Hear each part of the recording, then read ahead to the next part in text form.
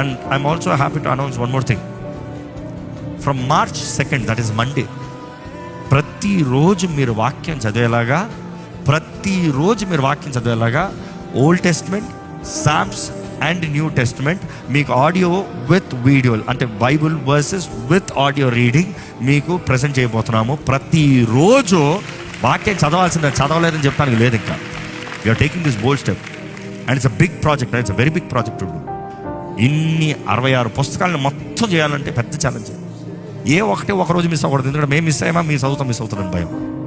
But then కనీసం వాక్యం చదువుతూ దేవుని వాక్యంలో ఏం జరిగింది, ఏముంది. ఈరోజు చాలామందికి ఈరోజు సర్వే తెలియజేస్తున్నారు ఏంటంటే, మనుషుడికి చదివే అలవాటు పోయిందంట. 2 నిమిషాలు ఇట్లా పట్టుకుని ఫోకస్ చేయలేడంట. మైండ్ చదువుతామంటే మర్చిపోతాడు, డైవర్ట్ అయిపోతుంది, ఏదో ఆలోచనలోకి వెళ్ళిపోతాడు, ఏదో జరిగిపోతూ ఉంటుంది.